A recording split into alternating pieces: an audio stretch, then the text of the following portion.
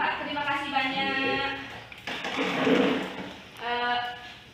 Gimana kabar Pak? Alhamdulillah, syukran jazilan. Alhamdulillah, baik. Saya nggak bisa bahasa Arab ini. Syukron, kasiron, terima kasih banyak. Itu artinya Pak, ya? Oke. Alhamdulillah, pada pagi hari ini Pak, terima kasih atas luangan waktunya untuk pagi hari ini. Ini Pak, saya ada tugas dari CGP Angkatan 7 untuk mengadakan pra-observasi untuk observasi nantinya. Bapak ada tugas nggak besok pagi? Ada tugas mengajar nggak besok pagi? Oh, mungkin ada. Ada. Oke. Jam berapa Pak? Biasa jam 8.15. Oke. Di kelas berapa Pak? Di 2 kelas, salah 1 sampai 2 lagi. Oke. Saya bisa masuk dan melihat pembelajaran yang Bapak lakukan di salah satu kelas yang Bapak akan ajar besok pagi. Oh, gitu. Terima kasih banyak Pak. Iya, nanti pada saat mengajar di kelas 8A, oke? Bisa Bapak uraikan apa sih tujuan pembelajaran yang Bapak akan capai dalam pembelajaran besok pagi? Bisa. Apa Pak tujuan pembelajarannya? Iya, kalau kelas di sini ada kelas berapa di sini ada kelas? 8A. Iya. Oke, tujuan 8A pembelajaran. sudah pelajaran untuk memahami hukum bacaan Al-Quran sesuai dengan Oh, berarti memahami hukum bacaan Al-Quran dengan sesuai tajwid. dengan tajwid dan baca Al-Quran yang baik. Oh. Sesuai dengan hukum tajwid. Oke Pak. Jadi nanti pada pembelajaran itu pasti dong Bapak memiliki strategi pembelajaran yang menarik. Ya, tentu. Bagaimana Ya, Pak? tentunya strateginya kita usahakan nanti kan sesuai apa dengan keinginannya itu supaya semangat untuk belajar itu ya bisa kita nanti kita baca Al-Quran di luar dan juga bisa disampaikan di dalam juga. Nanti di antara salah satu mereka kita tunjuk salah satu yang indah bacaan Al-Qurannya sesuai dengan hukum kajiannya kita suruh untuk maju untuk baca Al-Quran. Oke, berarti di sana nanti akan diterapkan hukum tajwid dalam bacaan anak-anak tersebut ya? Iya, karena kalau mereka tidak mengetahui hukum bacaan Al-Quran Oke, berarti nanti sholatnya nggak sah dong. Soalnya sekarang kan di dalam bacaan Al-Quran juga menggunakan hukum tajwid dong tentunya. sama dengan baca Al-Quran an-amta alaihim itu salah. Yang benar pakai a. Ain beda dengan a. Kalau Anda baca a nanti bisa baca Al-Quran artinya itu berbeda. Sangat menarik sekali strategi Pak. Jadi anak-anak jadi nanti anak-anak bisa membaca Al-Quran dengan baik dan benar dengan arahan Bapak yang tentunya dengan ilmu tajwid yang mantap yang Bapak ajarkan sama anak-anak. Bisa kita. Jadi Pak. Jadi saya ini tidak sabaran ingin melihat pembelajaran Bapak besok pagi. Tidak apa-apa, saya ikut besok pagi Bapak deh dalam pembelajaran gitu. Ya siapa Pak. Terima kasih atas luangan waktunya. Besok kita ketemu lagi Pak di kelas 8A jam setengah 9 Pak ya. Oke. Silakan Bapak. Terima kasih banyak. Assalamualaikum warahmatullahi wabarakatuh. Bismillahirrahmanirrahim. Assalamualaikum warahmatullahi wabarakatuh. Waalaikumsalam warahmatullahi wabarakatuh. Bagaimana keadaan anak-anak semua?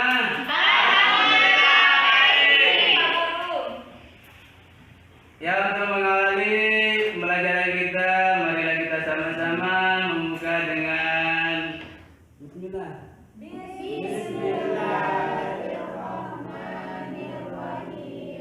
Nah, sekarang kita akan belajar mengenai tentang tajwid atau hukum membaca Al-Quran dengan benar sesuai dengan hukum tajwid.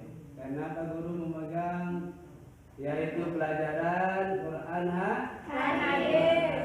Jadi di sini Pak Guru akan menyuruh di antara salah satu kalian untuk membaca Al-Quran dengan benar sesuai dengan hukum tajwid. Nah, sekarang sebelum kita belajar, coba Pak Guru mau nanya, ada yang nggak masuk nggak hari ini? Ada. Siapa? Asliman. Siapa? Asliman. Oh, Asliman. Dari mana Asliman? Dari Kemang. Cuma sendirian, nggih? Sudah nggih? Sekarang kita minta kesediaan untuk Dina membacakan ayat Al-Quran atau surah Al-Quran surat An-Naba, yaitu amma yatasaalun. Mari kita dengarkan nggih dan simak dengan baik nggih. Dan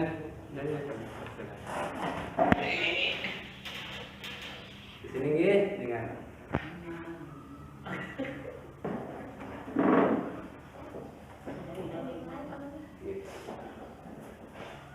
Taqabbalallahu minna wa minkum taqabbal ya karim.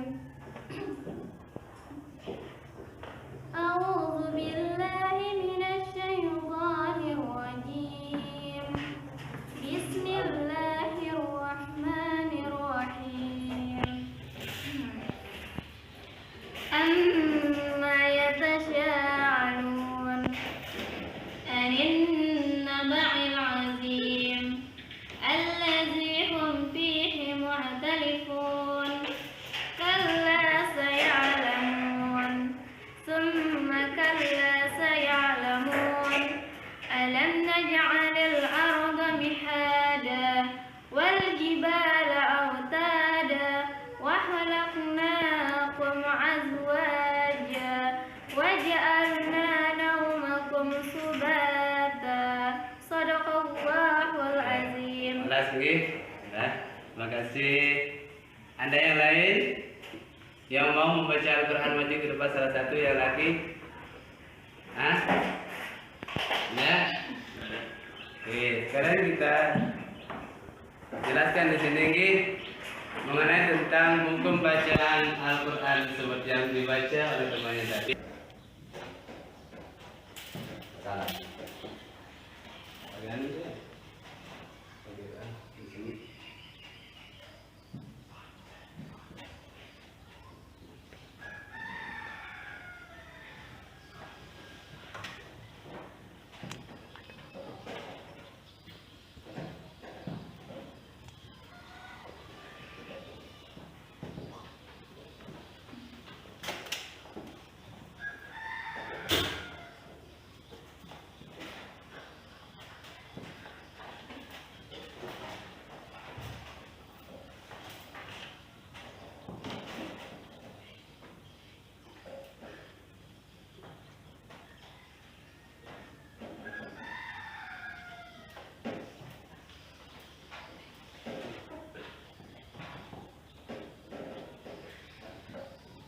Ya, perhatikan di sini. Silakan madam ke Bapak dulu sebentar nggih. Bacaan dari amma yatasaalun. Di sini a, di sini a bukan a. Jangan dibaca amma yatasaalun. Tapi yang benar bacaannya adalah a itu tempat keluarnya makhrajul huruf di sini.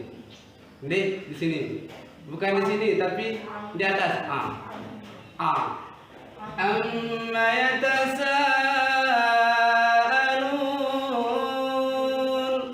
Nggih? Di sini ada mad apa di sini? Mad wajib harus dibaca panjang pada sya. Bukan sa. Tapi pakai sya. Nggih? Sa, perhatikan. Sering kita salah membaca mengenai sa, kemudian sya. Di sini sa. Oke. Perhatikan kedua giginya ditutup. Dari makhraj yang belum keluar dari celah gigi. Sa. Oke. Sama dengan summa. Nggih. Kemudian assalamu alaikum. Kemudian ini pakai sya, pakai ini. Nggih. Amma yatasaalun 'anil naba'il azim. Nah, di sini ada cengkok turun. Ketika ada ia mati sebelumnya berbaris bawah, perhatikan, cengkok dalam membaca Al-Quran itu harus turun. Udah paham? Nah, yang tadi ada kata A-nya yang masih kurang, bacaannya. A-nya. Demikian sudah dipahami? Nah. Ya, Pak Guru tutup dengan kita berdoa, kita berdoa bersama-sama yang kami minta nanti untuk doa kesediaan dari Izzatul Fahmi, yang pimpin doa. Ayo sekarang kita berdoa bersama-sama. Nutup.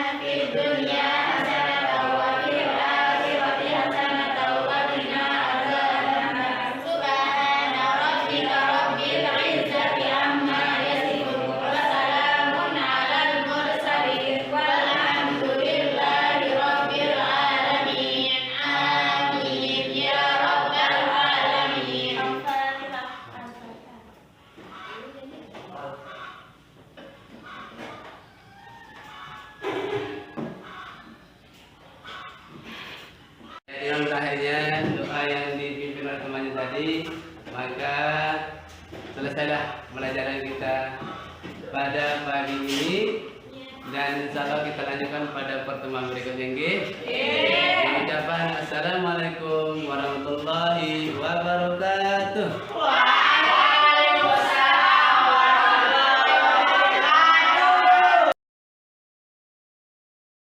Ya, alhamdulillah kemarin saya sudah masuk ke kelasnya Pak Guru dan saya sudah melihat bagaimana pembelajaran yang Bapak lakukan.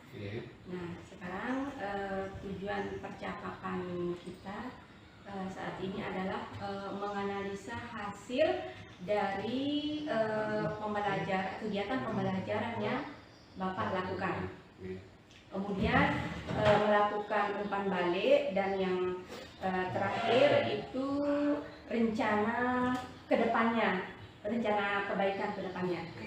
Nah, sekarang bisa nggak Bapak ungkapkan bagaimana sih baiknya dari bagaimana pembelajaran yang Bapak lakukan yang kemarin itu menurut Bapak? Tentu nanti kita usahakan nanti sesuai itu untuk kita ya kita kedepannya ya kita ajak untuk mereka untuk terus dalam belajar demi tahap demi tahap ya kita usahakan nanti ketika membaca Al-Quran itu ya kita usahakan nanti tempat-tempat yang lebih sejuk, nyaman, dan bisa menghirup udara segar, dan bisa bernafas dengan lega supaya pikiran mereka itu lebih lebih mantap lah. Fresh, gitu Pak. Berarti Bapak kedepannya itu akan mengadakan pembelajaran yang di luar yang santai begitu Pak.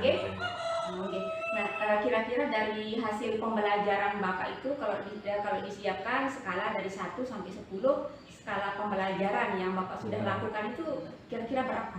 Yang kemarin itu, yang kemarin 7, 8 ya. 7 atau 8 yang kemarin itu, Nah, sekarang kalau seandainya dari pembelajaran itu apa tadi yang coba diuraikan lagi perbaikan atau apa istilahnya?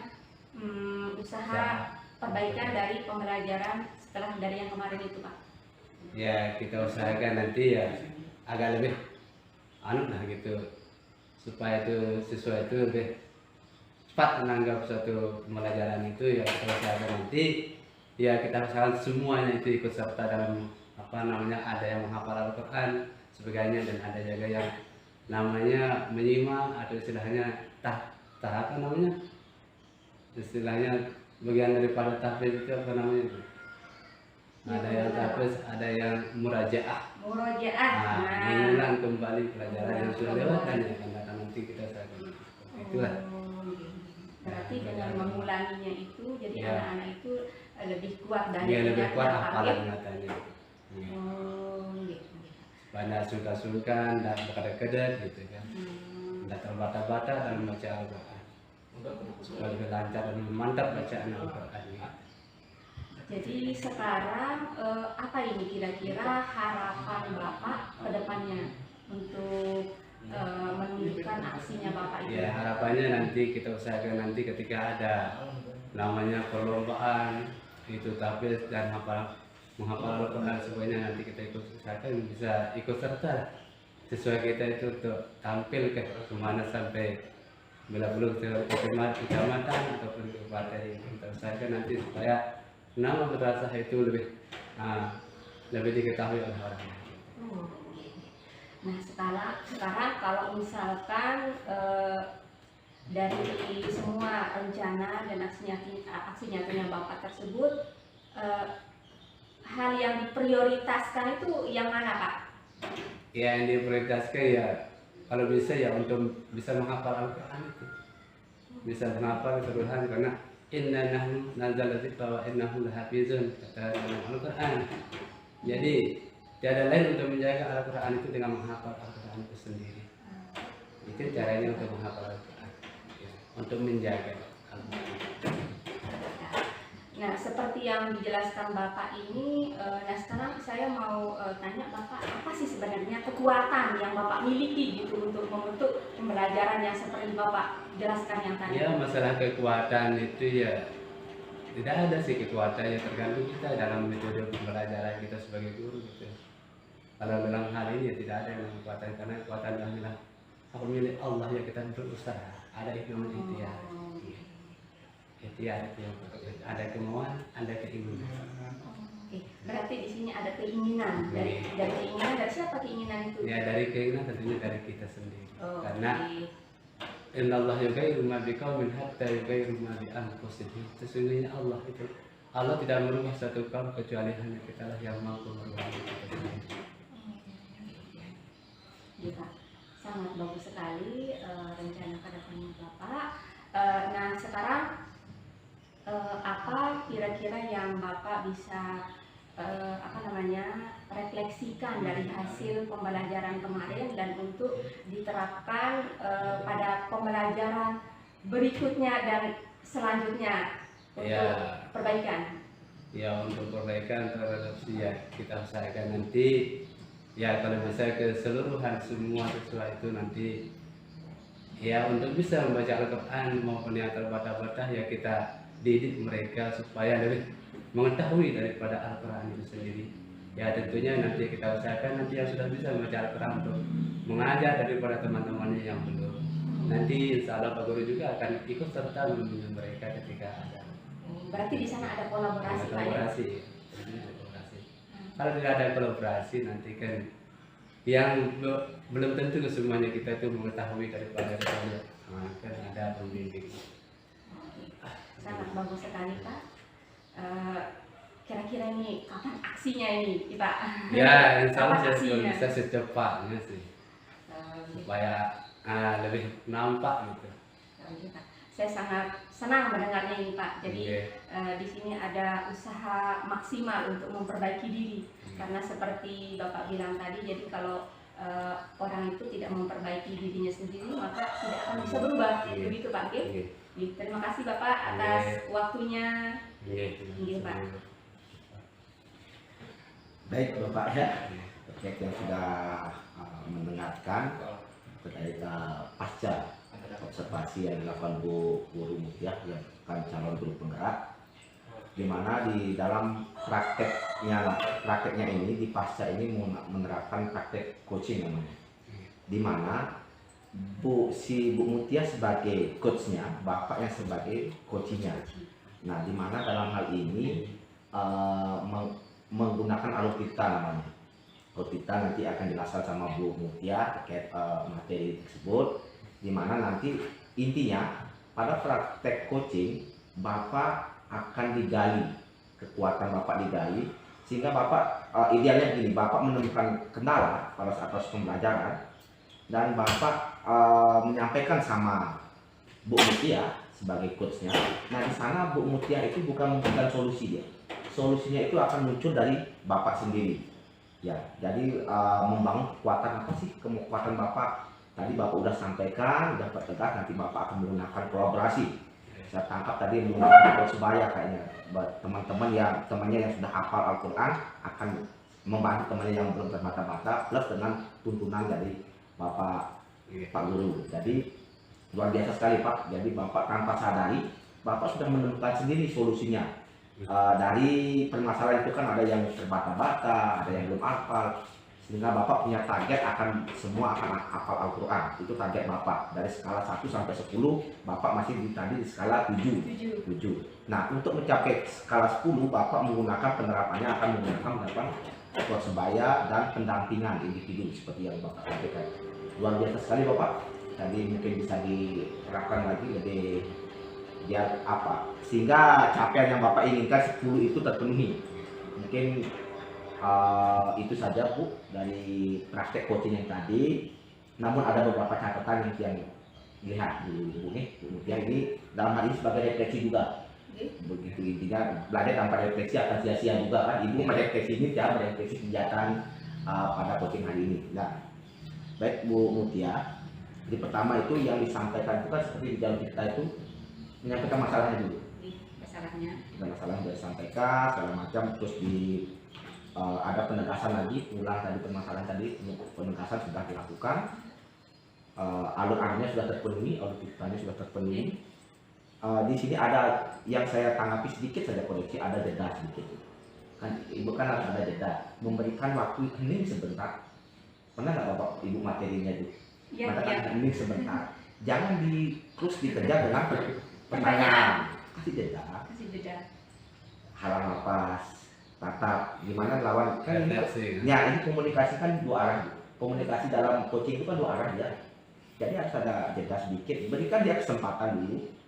Oh begitu Pak. Sampai sembari kan ada mindfulness-nya di sana. Tarik nafas dulu segala macam. Jadi kesannya itu nggak diburu gitu. Jadi kemungkinan dia akan tergesa-gesa juga menjawab, jadi kelamakan juga. Itu ada teknik itu juga sedikit. Dengan angkat saja boleh. Terus gitu. Pokoknya kita menggali. Perannya Ibu sana kan menuntun mengarahkan sampai dia menemukan solusinya sendiri. Tapi tadi langsung Bapak udah menemukan sendiri akan menggunakan ketua sebaya dan pendampingan seperti itu. Luar biasa sekali ya. Dalam hal ini yang terpenting katanya menghafal untuk menjaga Al-Quran itu dengan cara menghafalnya bukan. Itu luar biasa sekali Pak. Saya anggap seperti itu. Bapak menyadari nggak kalau tadi Bapak menemukan sendiri solusi itu? Tadi Bapak bilang nggak ada kekuatan, tapi tanpa Bapak sadari Bapak mengungkapkan itu dalam diri Bapak. Nah, itulah praktek coaching Pak. Coaching di sini menggali potensi pada si coaching sehingga dia menemukan sendiri masalahnya. Beda dengan mentoring. Kalau mentoring berbagi pengalaman, orang yang berpengalaman akan berbagi sama yang belum berpengalaman. Kalau apa namanya fasilitator ya apa namanya? Konseling. Nah, kalau konseling menyelesaikan masalah. Dalam hal ini kan tidak Bapak sendiri yang menemukan permasalahannya terus dibantu sama coachnya sehingga Bapak menemukan sendiri solusinya. Luar biasa sekali Pak. Mungkin ditindaklanjuti apa yang menjadi rancangan Bapak sehingga nanti hasilnya laporkan. Nanti dilaporkan ada tindak lanjut lagi, ada refleksi lagi. Itu seperti itu Pak. Karena ada pepatah bilang belajar tanpa refleksi sia-sia. Tapi refleksi tanpa belajar berbahaya katanya. Mungkin itu aja ya, Bu ya dari Bapak. Terima kasih.